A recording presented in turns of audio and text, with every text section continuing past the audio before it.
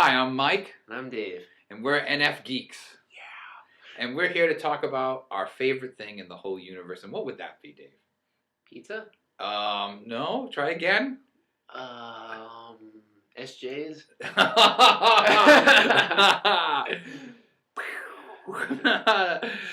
Poor SJs. No, it's the Myers-Briggs personality types, our favorite topic, and of course, an NF perspective of the personality types. And Dave, you wanted to say something about the responses?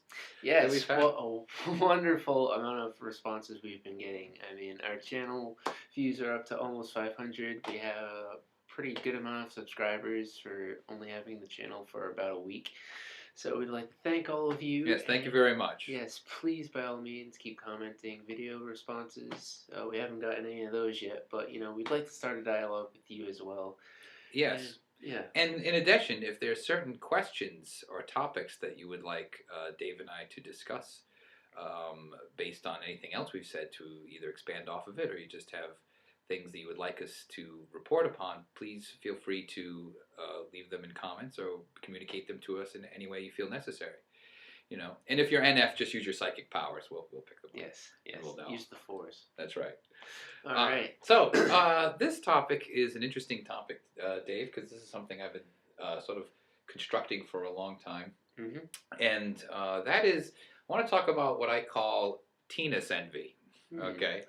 And Tness envy is something happens to some NFs, and I admit it may happen to the other Fs, the ESFJ, the ISFJ, the ESFP, the ISFP. It may happen to them.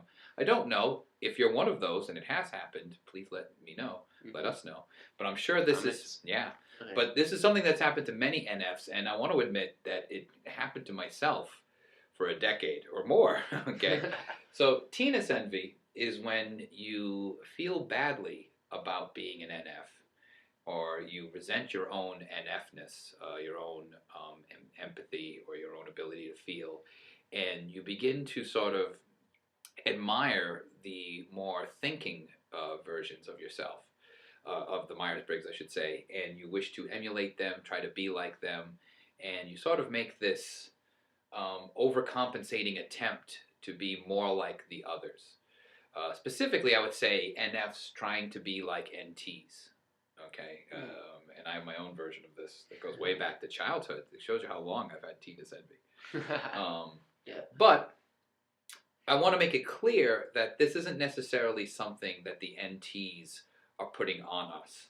I don't feel that as just, not that NTs are sensitive or care either way, but for the sake of intellectual honesty, I don't feel that the NTs are the independent variable here, that they are making this happen purposely or unconsciously or anything. I think this is sort of NF self-loathing, actually, that creates this NF hate.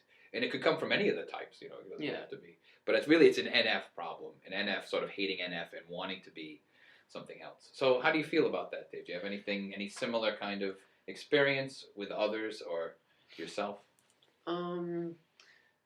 I believe so, at least from a personal experience, because the first time I took the Myers-Briggs test, I actually came out as an ENTP. Wow. Which is completely off, Yeah, wow. So I think I was mostly projecting the answers, because they say when you take the test, you're supposed to answer as truthfully as possible as you actually are, as opposed to as you want to be.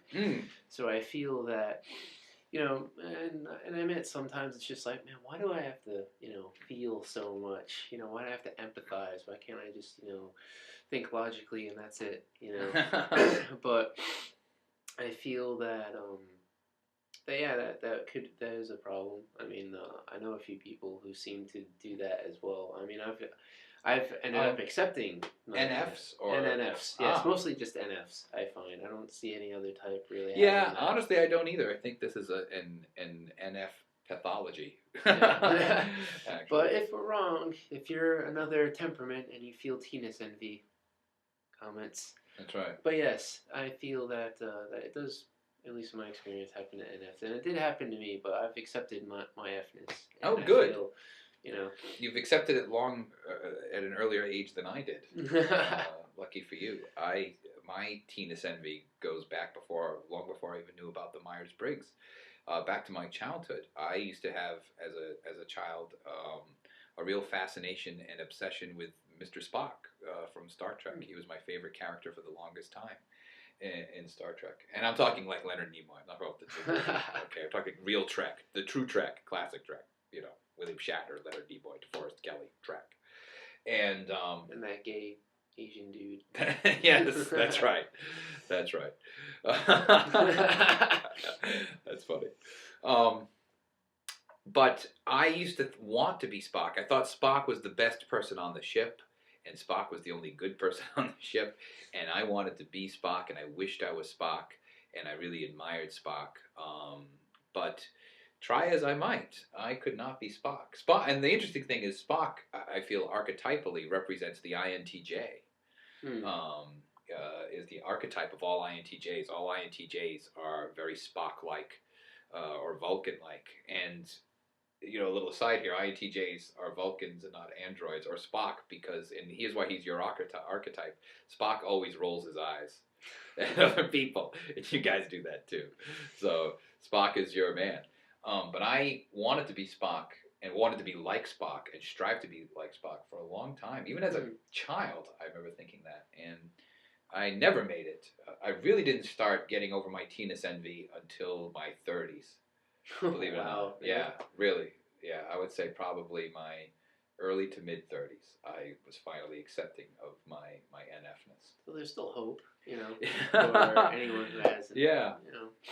Yeah, in fact, I remember taking the Myers-Briggs around your age, or maybe a little older. I was like maybe mid-20s, and getting the ENFP. Now, here's the funny thing. I've always gotten ENFP. I've got ENFP for 20 years.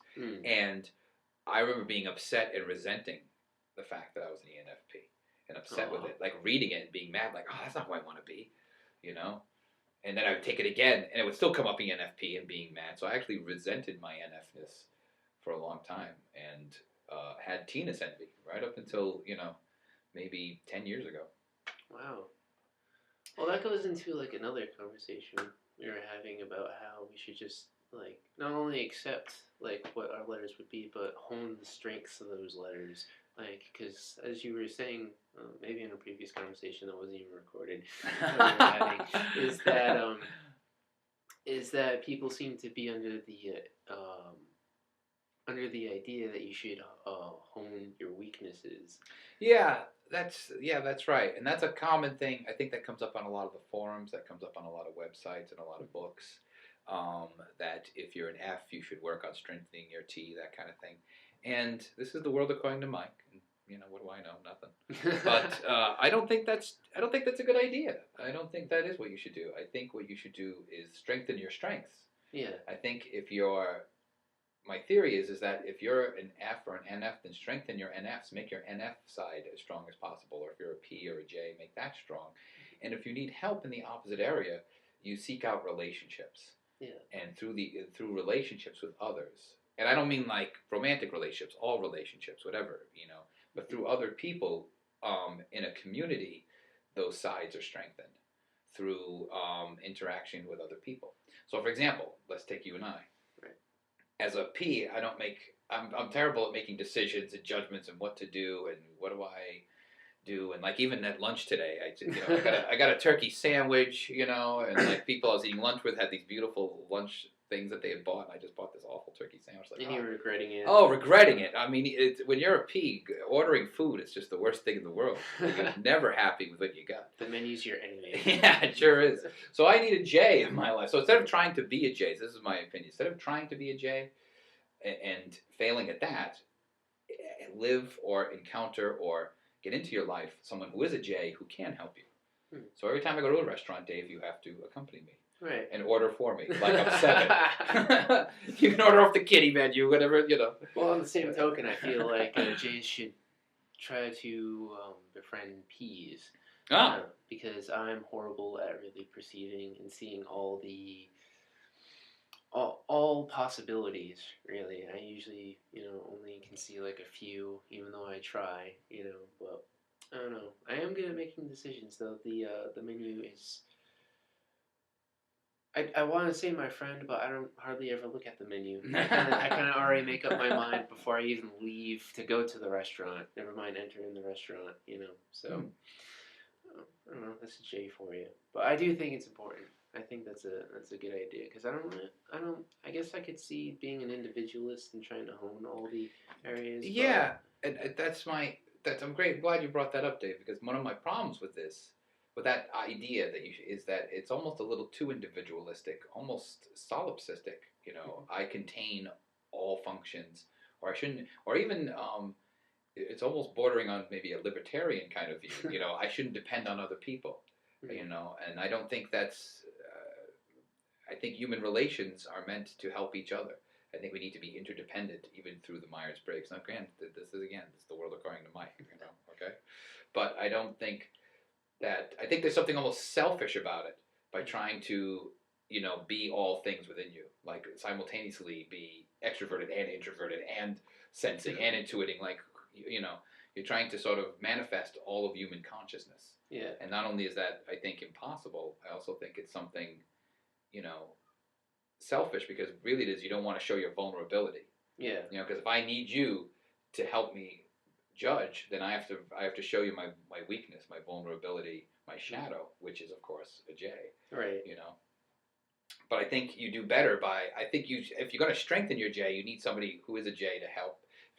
But it also means this, Dave. It means that as intuitives, we need to get in contact with more sensors, more S, the SPs, and the SJs. The SJs. The SJs. Wow. We're not making any friends. Not many SJs. That's for sure. Yeah. Yeah. But oh well. Well, what do you think, Dave? Yeah, I mean that's. It goes with this study I've read recently. I can't remember the online publication. I think it's Science Magazine or whatever. Oh, okay. America, whatever. I don't know, but where they said that the human mind has actually decreased in size over the years. Really? You mean the actual brain? Yeah, like the actual brain. And that... Well, that explains a lot. But no, it's interesting because that plays a role in cooperation. Because creatures with smaller brains, if you look at the ape has a larger brain than us, and they're more individualistic, and they don't work as well together in groups. Whereas, chimpanzees and us, with the smaller brains, actually have more empathy and tend to work better in groups and are more cooperative with each other. That's fascinating. Yeah. And maybe, if you apply that to insects, think of ants. They have the smallest brains and they do everything together. Yeah, that's true. I'm sort of extrapolating a little too much there, but... I don't know, wolves hunt in packs. Now, I've seen this, and again, I think the Tness envy thing, going back to that a little bit, I think that's an NF problem.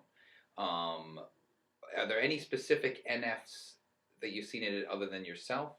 Do you see it come up in other NFs a lot? Because there's a particular NF I think it comes up a lot in. INFPs? Oh boy, yeah. Dave, you get an A. Dave gets an A, everybody. Dave's getting a lot of A's.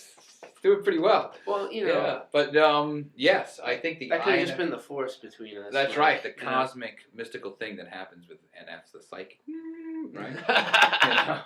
Right.